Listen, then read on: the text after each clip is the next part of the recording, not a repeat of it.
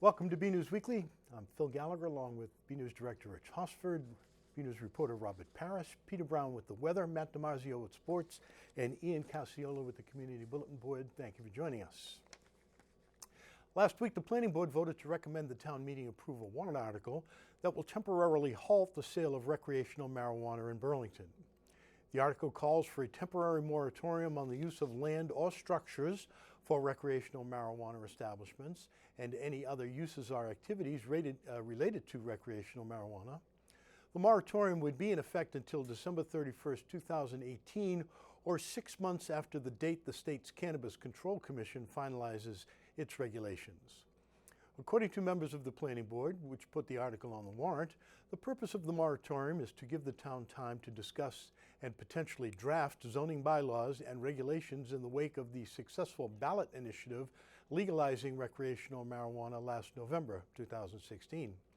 Potential actions could have been to say establishments that sell marijuana can't be near schools, churches, playgrounds, and any other sites deemed to be sensitive. It would also give the town time to study the state regulations and see what is and is not allowed as far as recreational marijuana establishments or restricting them. Planning Board member Barbara LaRue, who has spearheaded the initiative, said it was important the town meeting passed the article. Here is Ms. LaRue making her case. For those town meeting members who are listening, we really cannot stress enough the importance of passing this moratorium, because if we don't, the town is completely unprotected. We don't know what the state regulations are going to be. We have no regulations in place, no bylaws in place. It's absolutely essential that we pass this moratorium to protect the town in this 18-month period and allow us to craft a bylaw that is correct for Burlington. And just to make clear, in no way does any of this take. Ms. LaRue also said she plans to convene an ad hoc committee with other board and town departments to further explore what the town can do concerning recreational marijuana sales. She pointed out that in November, voters in Burlington opted against its legalization by a ratio of roughly 55 to 45%. The Maytown meeting will convene starting on Monday, May 8th at 7:30 p.m. in the high school auditorium. Keeping the town of Burlington running is a difficult job, and the Department of Public Works does a lot to help make day-to-day life possible. On Monday night, the Board of Selectmen recognized 2 members of the department who had won a snowplow competition and honored the full department with a proclamation in light of the upcoming National Public Works Week. Special motor equipment operator Christopher Lavoie and Daniel Matarazzo took first place in the Essex County Public Works Snowplow Safety Competition. DPW Director John Sanchez said the competition was more than just driving the plows, explaining there was also emphasis on testing safety knowledge and featured a written test portion. Selectman Chairman Chris Hartling read the proclamation honoring the full department. Here he is with it. So the proclamation reads from the Town of Burlington Board of Selectmen, whereas public work services provided in our community are an integral part of our citizens' everyday lives, and whereas the support of an understanding and informed citizenry is vital to the efficient operation of our public works systems and programs such as water, sewers, streets, and highways, buildings, cemeteries, transportation, and solid waste collection. And whereas the health, safety, and comfort of this community greatly depends on these facilities and services, and whereas the quality and effectiveness of these facilities, as well as their planning, design, and construction, is vitally dependent upon the efforts and skills of public works employees, and whereas the efficiency of the qualified and dedicated personnel who staff public works departments is materially influenced by the people's attitude and understanding of the importance of the work they perform. Now, therefore, we, the Board of Selectmen of the Town of Burlington, do hereby proclaim the week of May 21st through May 27th, 2017 as National Public Works Week. So in the Town of Burlington, and we call upon all citizens and civic organizations to acquaint themselves with the issues involved in providing our public works and to recognize the contributions which public works employees make every day to our health, safety, comfort, and quality of life. This is given under our hand on this 24th day of April 2017, and it's signed enthusiastically, I might add, by all the members of the board. So, thank you very much. Thank you very much.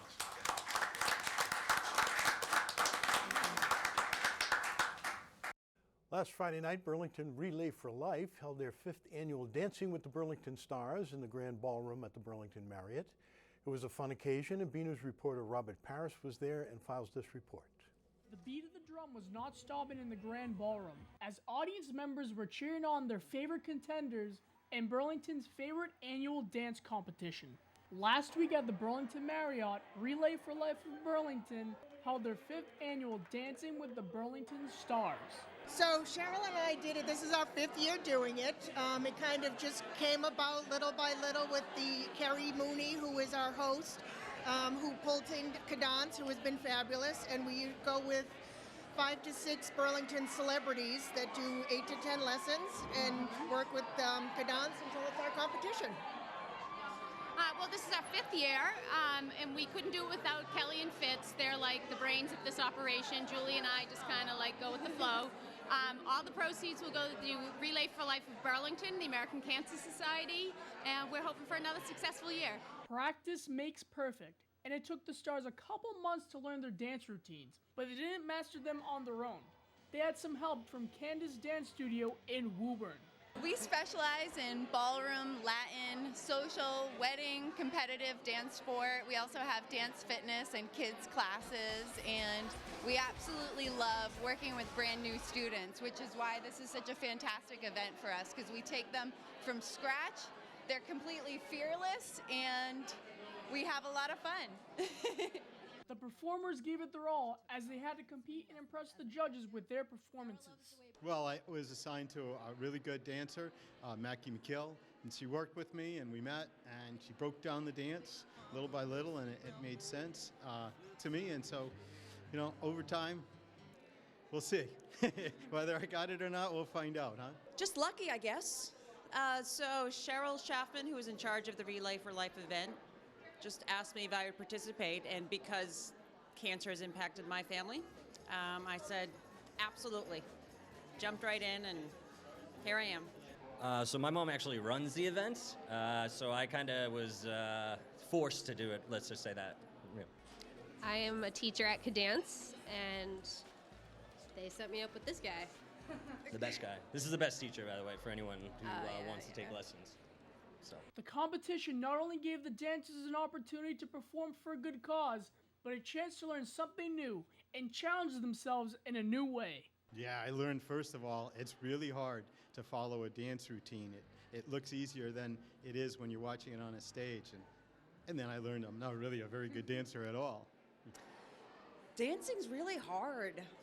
I give Fitz and all the dancers a lot of credit to do this day in and day out. It's a lot of really hard work, and yeah, it's hard, but it's a lot of fun.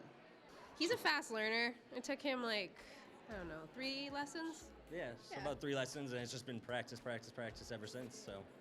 We're a good team. Finally, I got a chance to speak with the winning contenders and ask them how it felt to be a Burlington star. I really can't put it into words. A lot of adrenaline right now. Find it hard to speak, put words. Winners! We're winners. We feel good. I have to thank my partner. She was awesome. She really, she kept me in line, taught me all the moves, and you know, I couldn't have done it without her. So, yeah, I want to thank you, obviously Thank my partner, you. And his mom. My mom, yeah, for putting it on. All my friends who came, and Good people, I good want to say cause. congratulations to the other contestants. Everyone was great. There's really no losers in this. You know, it takes a lot to get up on stage for, you know, to dance for 2 minutes in front of 350 people. So, you know, I think we're all winners. You know, this is just a, you know, a piece of hardware at this point. So. From the Burlington Marriott, I'm Robert Parrish for BNEWS Weekly. The race for late Senator Ken Donnelly's seat is now officially competitive after his former chief of staff has thrown her hat into the ring. As reported on BNews, 3rd Middlesex District State Representative Sean Garbali, Democrat of Arlington, announced he was running for the 4th Middlesex District State Senate seat last week. The district consists of towns of Arlington, Billerica, Burlington, precincts 1, 2, 4, 5, 6, and 7 in the town of Lexington and the city of Woburn. Donnelly passed away on Sunday, April 2, due to complications from a brain tumor. that he was diagnosed with 8 months previously. This week, former Donley Chief of Staff Cindy Friedman announced in a Facebook page that she was in the running to replace her old boss. She said that since his passing, the question of her entering the race has been raised by many people close to the late senator. She said that since Donley's passing, many people, including members of his family, asked if she was going to run. She added that it was a tough decision due to her close relationship with Donley and the pain of his passing. According to the announcement, Friedman has experience as a public school teacher, as a manager of hardware and software development groups, as a community activist, and as Donley's chief of staff. She said this experience makes her suited to fill the seat. You can read her full announcement as well as find all of our special election coverage at www.bcattv.org/BNews. No word yet as to a Republican competitor. Last week, the Burlington Public Library had Christy Smythe, also known as the Chickeness, to discuss ways people can raise chickens in their homes. BNews reporter Robert Paris attended the event and has this look. Do you want farm fresh eggs, a natural alarm clock, and a feathery friend that will roam your backyard? Last week, the Burlington Public Library had a class on keeping chickens at home with the Chickeness, also known as Christy Smythe. So for the past 10 years or so, I've helped people keep their own backyard chickens. So that's teaching classes, helping towns write their zoning laws, doing on-site consultations, coop installations, whatever is involved with people who need help keeping chickens, I'll help with that. Christy does not only raise chickens in her backyard, she also teaches classes for people who are thinking about raising their own. So the primary one is at this point is teaching classes like this. So I'll go around. People can hire me to come and bring the girls to meet a bunch of people and talk about everything that people should think about if they're planning to keep birds, or answer questions if they've had birds already for a little while and are having challenges. And then I also do on-site consultations, and people can hire me to install coops, though I'm doing that a little less right now, but yeah, all those things. Assistant Library Director Michael Wick thought it was a great idea for the Burlington community to have a chance to learn about these backyard dwellers. So this is a part of our Third Thursday program that the Friends of the Library fund for the library. And so this time I figured it was April, and as Christy had mentioned, it's kind of a popular time for people to have chickens and baby chicks. And also it's in the zeitgeist. It's something that a lot of people are thinking about, raising chickens in their backyard. I have a friend who just started doing this late last year even. So that was kind of on my mind and something that I wanted to do because I'm interested in the local food movement and stuff like that as well. So, are you interested in buying a chicken? Here's how. There are a lot of websites that have a lot of really great information. If you are going to get a chicken from one of the online hatcheries, mypetchicken.com is the one that I would recommend. They tend to cater a little bit more towards the backyard microflock community. But I would go to backyardchickens.com, which is a big, really active online forum, and that's a good place to connect with other people in your area. You won't necessarily be able to buy the bird from that person online, though they do have, I think, a buy-sell auction page on the forum, but it's a good way to find out what local events are happening, and then you can go to those. Christy hoped her class gave an opportunity for the community to learn a little bit more about the wonderful world of chickens. Probably a few different things. Hopefully it wasn't too overwhelming. It's a lot of information, but I think a lot of people, I like to know that people have at least thought about all of the different aspects of it so that they can be doing it right or have a good chance of doing it right, because that'll help them avoid a lot of headaches down the road. But then also that chickens can be really entertaining and fun and calming and a good thing to have as part of your life. And that ultimately they're not super challenging. Once you get everything set up, they're actually really easy to keep and very rewarding. From the Burlington Public Library, I'm Robert Paris for BNews Weekly. Help feed those in need in the Burlington community as part of a national food drive. On Saturday, May 13th, the U.S. Post Office is conducting its annual Stamp Out Hunger Food Drive. Yellow plastic bags will be passed out to Burlington residents who can fill them as much as they can with food and toiletries that will go to people who could use them. Currently, the food pantry is in need of cereal, pasta, pasta sauce, canned tomatoes, canned vegetables, except corn and green beans, ready-to-eat soups, broth, peanut butter, jelly, coffee, and toiletries. There is also a need for people to lend a hand with the food drive. Volunteers are needed at St. Margaret's Religious Education Building on that Saturday from 1 to 6 p.m. to sort and date check the donated food. If you are interested in helping, contact Judy Walsh at 617-797-6786. We have an update on on an incoming restaurant we told you about last week, the Friendly Toast, which is looking to occupy the former site of Bobby's Burger Palace in the Burlington Mall, was before the planning board for a special permit last Thursday.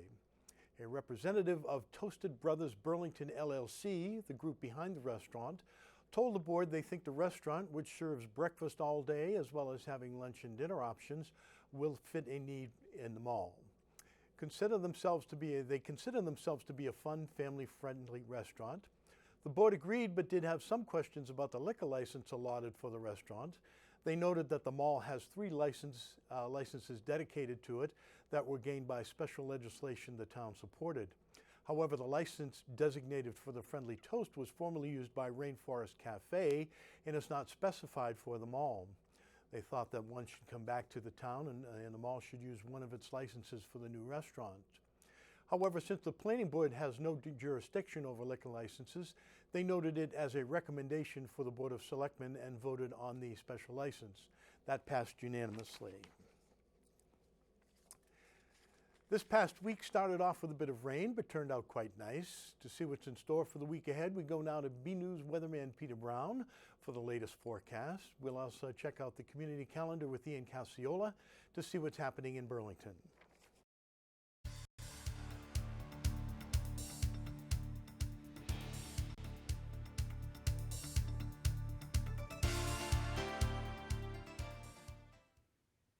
Well, hello everyone. This is Peter Brown with a look at your weather for the upcoming period. And as we go ahead here and we're getting into the very tail end of April, we're going to see, look at this starting out on Friday. We're going to see very warm temperatures. Temperatures up in the upper 70s to near 80. So that's going to be well above our average that's only supposed to be about 62 at this time of the year. As you can see, look at this, our record high temperatures. Look at that, 94. Now we're going to be a little ways away from that, so not quite that hot yet. Look at this, can you believe it? Get to the end of the period, we're already going to be into May.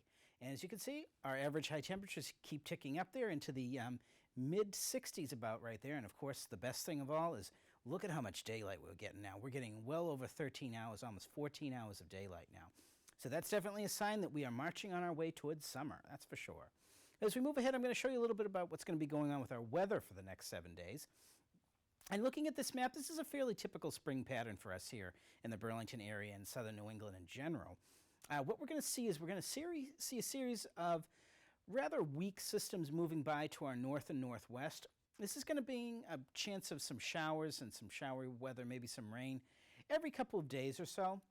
At the same time, we're going to see warm air trying to race in here towards southern New England to the Burlington area. But at the same time, we're going to be fighting off this very, very strong and stubborn high-pressure center that's going to be centered over southeastern Canada.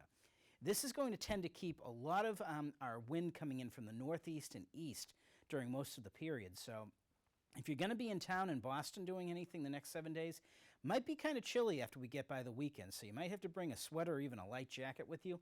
Be a little bit warmer, probably up into the low 60s here in the Burlington area. But if you want to see any really warm weather, you want to probably head out towards the Connecticut River Valley, out towards Springfield. Because, of course, with these northeasterly and easterly winds, that's going to bring the cool air in from the very cold ocean water that we have right now. But as we move ahead, I'm going to show you a little bit about some of our temperature and precip that we're expecting for the next 7 to 10 days or so. As you can see here, the National Weather Service is showing, especially in particular for our area up here in the Burlington area, looks like we're going to have above average rainfall, and that's going to be indicative of these weak systems that are going to be passing us by, bringing us a chance of showers and thunderstorms every few days or so. And of course, as we go to the next slide, this is of course one that's going to be showing us a little bit about what our temperature should be like the next week and a half or so. You can see this little sliver of area right here in southern New England in the Burlington area. And it looks like the Climate Prediction Center is calling for a little bit above average temperatures for us here in the Burlington area. And that's going to definitely be noticed when we get towards this weekend coming up and also getting in towards maybe the end of the period. But look at this. If you're going out anywhere in the plains at all, look at how cold it is out here. We're actually going to see a lot of wintry conditions if you're traveling out and towards the Great Lakes in Wisconsin, the Upper Peninsula of Michigan. So if you're heading out that way, plan for winter, but don't have to worry about that here in the Burlington area. We're not expecting any snow or any real cold weather, that's for sure. As we move ahead, I'm going to show you how our 7-day forecast is shaping up. And like I said, we're going to see the chance of some showers and thunderstorms every few days or so. But look at this starting out on Friday. Again, those temperatures in the upper 70s. And by the time we get to Saturday, if you have any plans outside, folks, I'd say tack maybe a few degrees onto this. I think we're going to see highs between 80 and 85 degrees around here in the Burlington area for Saturday. Now look at this. By the time we get towards the tail end of the weekend, we're going to see a little bit of a backdoor cold front come into our area that's going to bring the winds in from the northeast and east. That's going to drop temperatures in the Burlington area down to the mid-60s. Whereas if you're out, say, around the Springfield area, they may see temperatures back up in the upper 70s, so more like what we're going to be seeing on Saturday. But as we continue on the week, we're going to introduce those chances of some rain and thunderstorms again. Temperatures a little bit above average, but pretty seasonable. Temperatures in the mid to upper 60s. And of course, as we start to round out our 7-day period, a little bit of sun skies on Wednesday, but we get to Thursday again. Look at a little bit of chance of rain again. So temperatures right about where they should be in the low to mid 60s. So folks, we're definitely getting plenty of rain. We're filling up those reservoirs again, which is going to be great heading into the summer and the hot weather. So be thankful for that, especially considering where we were about 8 months ago with our drought. But folks, I hope you get out there, enjoy this very tail end of April as we head into May, and enjoy your weather.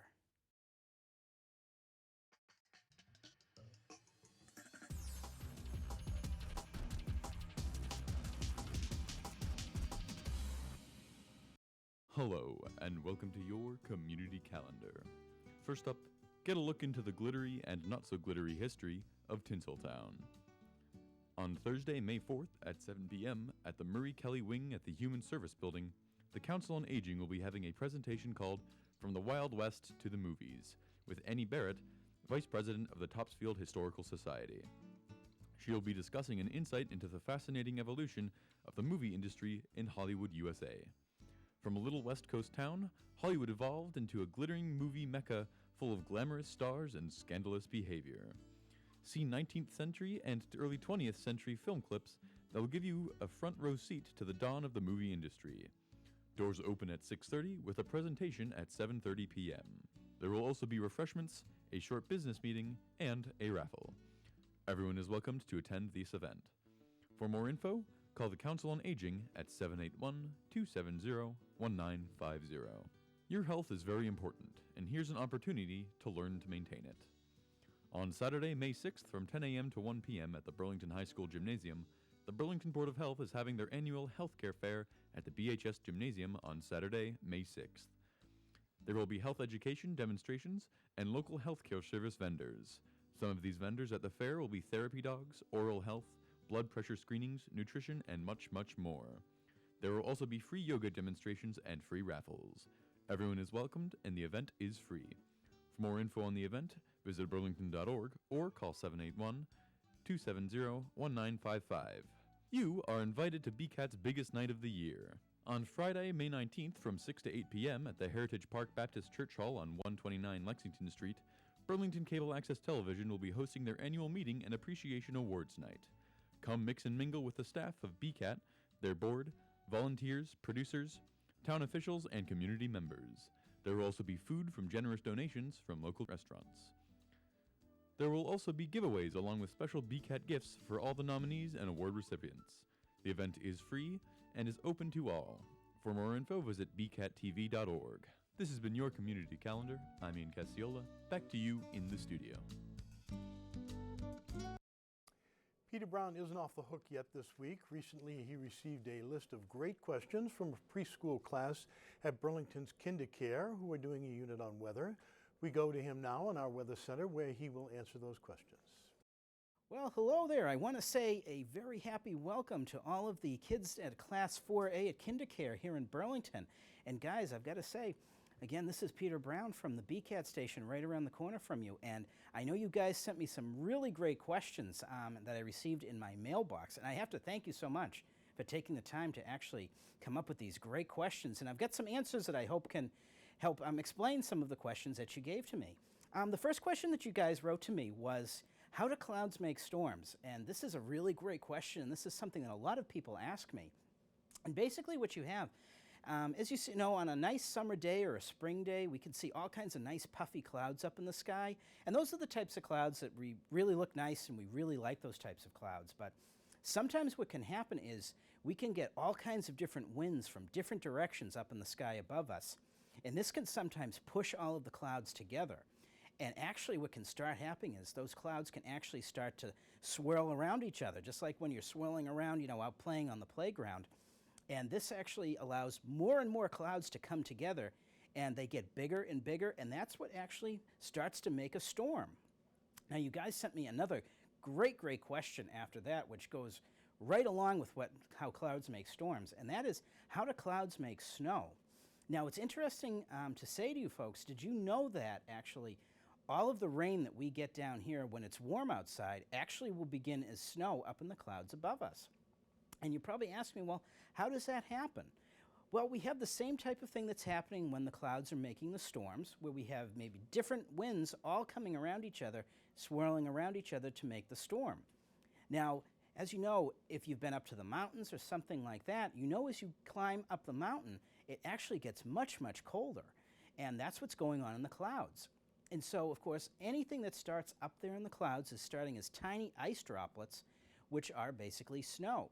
Now, of course, as you know, if it's cold enough down near we are here in the ground, around Christmas time, around the holidays, and it's really cold out there, any of that water that's falling down from the clouds never turns into rain, and therefore it actually turns into what we see as a snowflake. And as we move ahead, you guys really presented a great question to me, and this was about, why does ice melt? And this is just, a great science question that you guys were able to come up with for me. And here's basically what happens. When we have, of course, when it's very cold outside, you go out on the playground in the wintertime and you see ice everywhere, frozen on the ground. And this is basically water just in a hard form. And you're asking, well, why does it melt after it's been frozen like that? What happens is, as soon as the sunlight comes out and starts to get in contact and starts to touch the ice on the surface, what happens is it makes those tiny frozen water droplets actually get excited. And when you're out running around on the playground and everything, you get lots of energy and you get very excited and you can feel how much warmer your body gets. And this is pretty much the same thing that happens with ice. When the sun starts to hit that ice, it starts to warm the water droplets up. And what we actually are talking about here is energy. And like we said, same thing like you, when you have lots of energy out on the playground, the ice molecules and everything actually get lots of energy in them as well, just like you do when you're running around outside. This makes the water molecules get warmer and warmer. And what will actually happen is, once we get above, maybe you've seen this temperature, this 32 degrees that a lot of people may have talked to about you. Once the temperature around the ice gets to that 32 degrees, the water droplets have actually gotten enough energy into them that they actually change back into liquid. And they actually turn back into water, which is, of course, what we're going to be seeing much more of as we head into the warmer months. So kids, I've got to tell you, I've got to thank you. These were some absolutely great questions that you presented to me. And I'm so happy that you gave me the opportunity to talk to your class and to give you some of the answers about some of these questions. And I've got to say, stay tuned in there, because we over here at BCAT, we are here to answer all of your science questions, and you have a great day to you and your teachers. The spring sports season is well underway, and there's been a lot of Red Devils action. We go now to BNEWS sports reporter Matt DiMarzio for this week's sports report. Hey everyone, this is Matt DiMarzio here with your weekly sports report. This spring, it looks like Burlington High could have another Middlesex League Freedom Division champion, at least. Last week, the boys' track and field team took another big step toward the title with the win over Stoneham. The Red Devils are now 3-0 after their first 3 meets. The girls' tennis team is also cruising along. With a pair of recent sweeps, the Red Devils are 4-2 overall and look to be the dominant team in their division. Some exciting news on the baseball diamond. Burlington beat Melrose on Monday by a 2-1 score. In the win, Justin Hurley almost pitched a perfect game, losing his bid for the gem in the 7th inning. Jeff Russo hit a 2-run single to spark the offense. 3 straight wins as the Burlington's boys lacrosse team with a 5-3 record after 8 games. The Devils are on target as they make a run at a spot in the state tournament. The Burlington softball team is also picking up some momentum. After 6 games, the girls are 3-3 overall after a 9-0 win over Stoneham on Thursday. The girls play at home against Wakefield on Friday afternoon, looking to get over the 500 mark. Finally, this week, last Saturday, marked the opening of the Burlington Baseball and Softball Association's Youth League season. BNEWS director Rich Hosford was at the parade and ceremony after it and has this report. Take a look. It's a sure sign of spring. Children wearing baseball and softball jerseys marched down the streets past the town common on Saturday to mark the opening of the Burlington Youth Baseball and Softball season. They then gathered at Simons Park for an opening ceremony and to get high fives from the older high school players who were there to encourage them at the start of the spring season. Not all towns mark the start of the season with such ceremony, but it has become a valued tradition in Burlington. I think Burlington stands ahead of quite the other towns. You get all the kids, as you saw, the 5-6 years old, they own the streets of Burlington. You get the fire truck come out here, and the kids feel great. I got great cooperation from my high school teams, big on the mentoring. Today, the kids get to be the stars. During the season, the kids will practice the skills needed to be competitive players. However, Chris says there is a larger lesson for the young athletes that they can use both on and off the field. The program basically, in my aspect, what should be happening here is not all about wins and losses, about what to do when you win and how to act when you lose. Life in general deals with quite a few downs, and we teach our kids to work together, right? And when they win a game, how to win graciously, and when they lose a game, how to pick themselves up and you basically move on to the next step and get going again. So. The players will also learn a key lesson in all sports, and in fact almost all endeavors, how to work as a team. Teamwork, how to associate with the other children, how to learn to get along with people. Not always, but at least get through the obstacles in life. Mostly teamwork, though, I think is how to interact with society. During the opening ceremony, the coaches spent some time highlighting the accomplishments of some of the older players. Chris said Burlington has a very strong baseball and softball program through the high school level, and that it all starts here with the younger players learning the skills of the game. I think it starts here. I think it starts with, actually, I feel like the youth organizations, even to have the athletes at the high school, have to keep the interest of the kids and keep them playing. We have one of the, largest programs, per, population in Massachusetts, where we actually percentage per that we do as well as anybody in Cal Ripken, which I'm proud of, which means we have a great retention rate, and I think this is the feeder program, and I got to keep them interested here because they're not going to be baseball and softball is one of those games you can't really jump into when you're 10 years old. It's kind of a progressive thing, and we're able to hold on to, our kids. Finally, Chris said he was happy to see so many young players participating in the event, despite an early morning and cold and rainy conditions. I think this is a great day for us. It's a lousy day, but if you saw all the kids here, I think it's a fantastic thing. The day our children own the streets of Burlington. At Simons Park, I'm BNews Director Rich Hosford saying, play ball. All right, guys. Thanks, Rich, for that report. And that's all for this week's Sports Report. I'm Matt DiMarzio, and back to you guys in the studio. Another week, another photo to highlight. This week's photo shows someone with real skills putting on a great show for a good cause. It was sent in by Fallon Woodbury and features a BMX stunt biker who was at Francis Wyman on Wednesday for an anti-bullying BMX show for students. The event was sponsored by the Francis Wyman PTO. Thank you for the photo, Fallon. We'd like to see your photos. They could be of something you see around town, the weather outside your own door, or photos of your family, or friends, pets, whatever you think is interesting and would like to share with us. Email your photos to bcat@bcattv.org with the subject line Photo of the Week. Okay, that's it from the news desk here at BNews Weekly. I'm Phil Gallagher, along with Rich Hosford, Robert Parrish, Peter Brown, Matt DiMarzio, and Ian Casiola. Thank you for joining us.